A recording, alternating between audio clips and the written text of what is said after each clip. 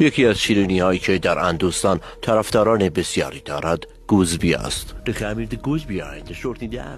خمیر گوزبیا در شورت اقدس به دست انگل خان ساخته و پرداخته می شود. عرق زیر بغل و مگس های دور قابلمه چاشنی این شیرینی هستند.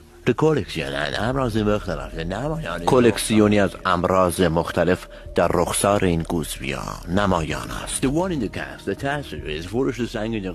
یکی دیگر از کسانی که در فروش سنگ قبر در اندوستان تأثیر بسیاری دارد وافور خان است. کار اصلی او تعمیر وافور است و در کنار این شغل شاشپزی هم می کند. وافور خان عقیده دارد که مرگ یک بار و شیون یک بار. مصر نز